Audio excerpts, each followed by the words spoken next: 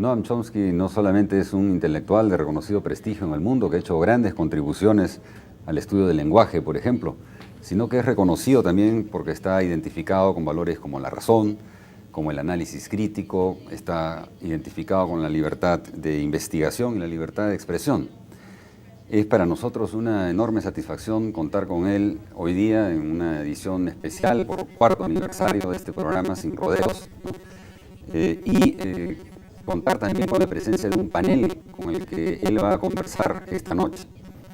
Está Alberto Adrián Sen, Pepi Patrón y Julio Kotler, tres conocidos intelectuales y personajes que realmente han destacado en la vida política y social de nuestro país y también en la lucha por valores cívicos.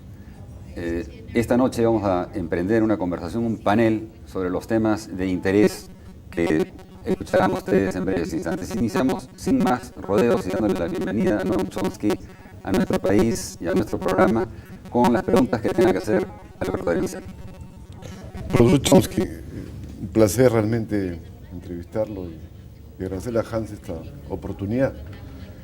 Yo quisiera preguntarle, a raíz de un manifiesto que fue publicado a principios de octubre por un grupo de intelectuales americanos, en los cuales figuran gente como Bob Vidal, Susan Sarandon, Jesse Jackson y otros, luego de la aprobación por el Congreso de la famosa Ley sobre Comisiones Militares 2006, y en la cual señalan que el régimen de Bush está intentando rehacer la sociedad de una manera fascista, según el comunicado o el manifiesto que leyó Olivia Dukakis ya hace unas semanas atrás. ¿Usted realmente piensa que esto es así, más aún si es que lo ligamos a este nuevo decreto que ha sacado el gobierno de Bush respecto a una suerte de privatización del espacio, en el sentido que ellos van a decidir quiénes van a ir al espacio, quiénes no van a ir al espacio? ¿Usted siente que hay un retroceso democrático en Estados Unidos, una involución democrática?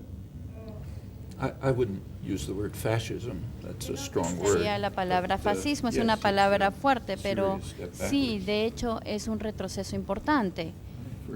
Por ejemplo, la ley elimina el derecho de habeas corpus, que tiene muchos años de existencia. Permite que el presidente determine por sí mismo qué formas de interrogatorios serían los permitidos. Esto significa, en los hechos, qué formas de tortura se van a permitir. La ley, de manera interesante, cambia la ley de crímenes en Estados Unidos, de crímenes de guerra en Estados Unidos. Hace 10 años existía una ley sobre los crímenes de guerra,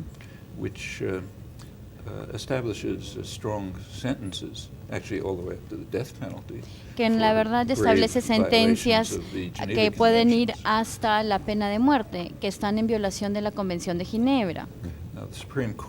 La Corte Suprema recientemente había emitido una sentencia señalando en la cual Estados Unidos debía cumplir con algunas partes de la Convención de Ginebra.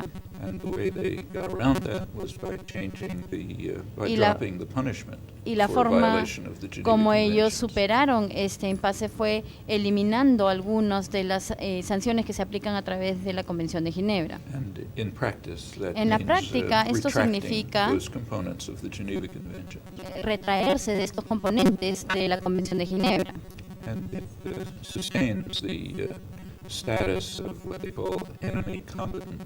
Y toma en cuenta los aspectos del enemigo combatiente, que es una categoría no existe en la Convención de Ginebra, entonces han acuñado este concepto.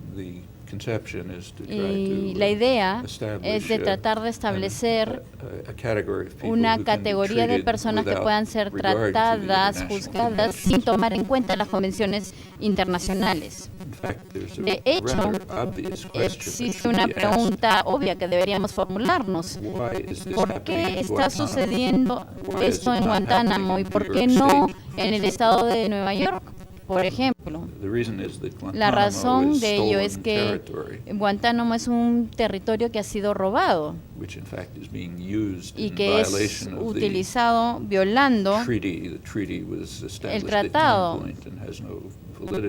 El tratado se fijó en un momento y ya no tiene validez, pero el gobierno puede afirmar que eso no está dentro de la jurisdicción de Estados Unidos por encontrarse en un país extranjero.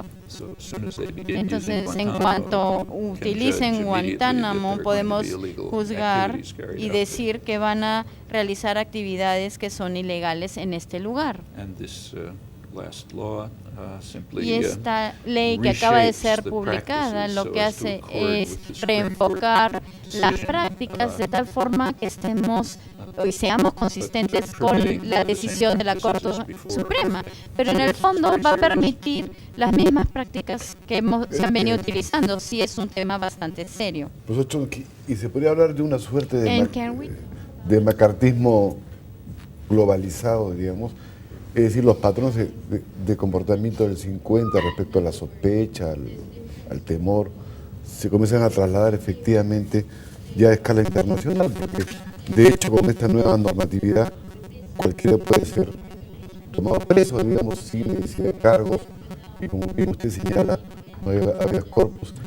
Y si le suma a eso las cárceles clandestinas, el tráfico de detenidos que hace Estados Unidos por Europa y muchas otras partes del mundo, no se puede pensar ya que estamos frente a una suerte de macartismo globalizado, es decir, lo que fue en el 50 para Estados Unidos, hoy es para todo el mundo. Bueno, de hecho ya ha afectado al mundo entero. Existen personas que han sido secuestradas por la CIA en Italia, los Balcanes, y han sido colocados en lugares secretos. El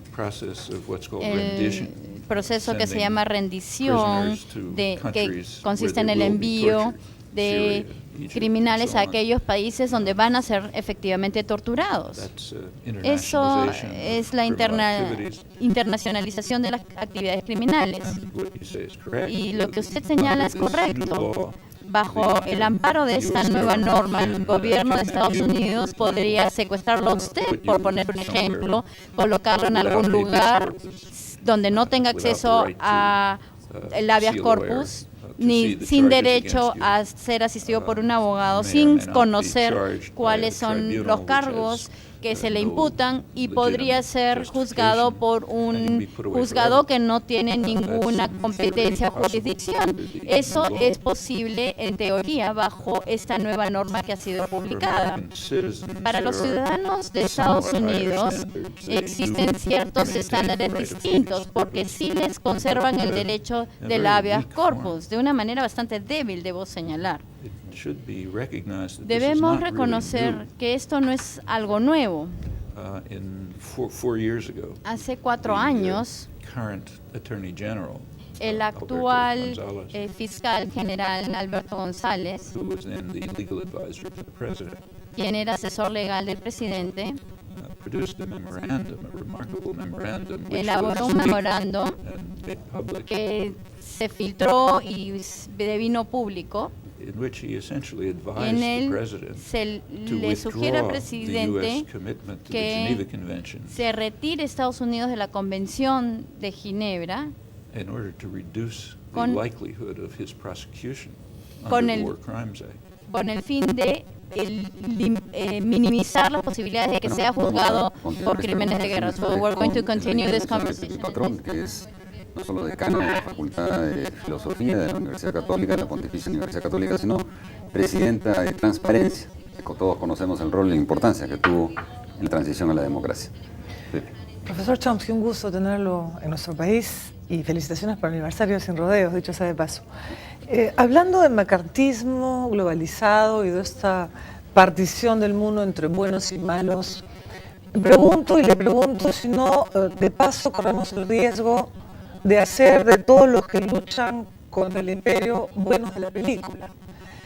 Por ejemplo, usted hizo el prólogo en 2001 a un libro sobre Lori Berenson, que podría para algunos sectores de la opinión pública encarnar la lucha por la libertad, y para sectores como nosotros, por ejemplo, en el Perú, era parte de un movimiento subversivo que le costó la vida a mucha gente, que secuestró a muchísimas personas, que hizo sufrir, además de los daños materiales. Entonces, ¿cómo poner el límite, ¿no es cierto?, entre la necesidad de la crítica y el cuestionamiento, y también poder matizar quiénes luchan y cómo se lucha contra la injusticia, ¿no?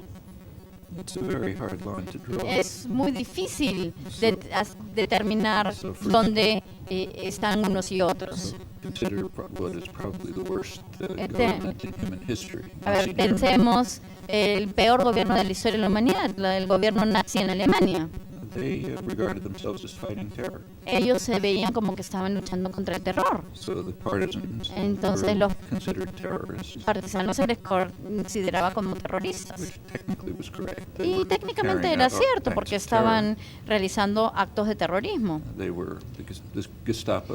La Gestapo señaló efectivamente que habían terroristas que estaban recibiendo apoyo extranjero, y eso es verdad, porque estaban siendo apoyados por Estados Unidos y Gran Bretaña, y muchas de las acciones que ellos realizaron son acciones que nosotros efectivamente llamaríamos acciones de terror. No obstante, todos nosotros estaríamos de acuerdo que sus acciones eran legítimas. Tenemos que tomar en cuenta estos juzgamientos a la luz de las circunstancias en las cuales ocurrieron. Entonces, la resistencia frente a la Alemania nazi o otros regímenes tiranos son cosas que debemos tomar en cuenta. No podemos encontrar una fórmula porque es algo muy complejo. Tenemos que tomar una decisión analizando cada uno de los casos independientemente. Mi opinión en este tema es que la sanción de Lori Berenson es excesiva y debería ser reducida la sentencia que se le ha otorgado. Pero eso dependerá de las autoridades y de los peruanos decidir cuál es el camino. Con respecto a los buenos y los malos, también funciona a la inversa. Entonces, pensemos en el caso de Saddam Hussein, quien está siendo juzgado en la actualidad y probablemente será sentenciado a la pena de muerte. Está siendo juzgado por actos criminales que realizó en el año 1982. Y lo que la prensa y los intelectuales no dicen de manera gentil es que el 1982 marca un año importante en las relaciones entre Estados Unidos e Irak. 1982 is the year when President Reagan removed Iraq from the list of terrorist el año states. 1982 marca el año en el cual el presidente Reagan retiró a Irak de la lista de países terroristas. So that the United States could begin providing Saddam with de tal forma que Estados Unidos pudiera empezar a ayudar a Saddam Hussein, incluyendo ayuda militar, asistencia en la elaboración de armas de destrucción masiva. El presidente Reagan envió a un representante especial para finiquitar estos asuntos que Ronald Ramsey, el secretario de Defensa, había adelantado. Y esta ayuda continuó hasta los años 1990, mucho después de la guerra con Irán, de las atrocidades cometidas por Saddam Hussein. De hecho, en 1989, Estados Unidos invitó a los ingenieros nucleares de Irak a Estados Unidos para que fueran capacitados en los métodos más modernos del desarrollo de estas armas. Entonces, podríamos preguntarnos quién debería estar al lado de Saddam Hussein en este proceso judicial. En esa perspectiva, entonces está claro que en términos de política de estados,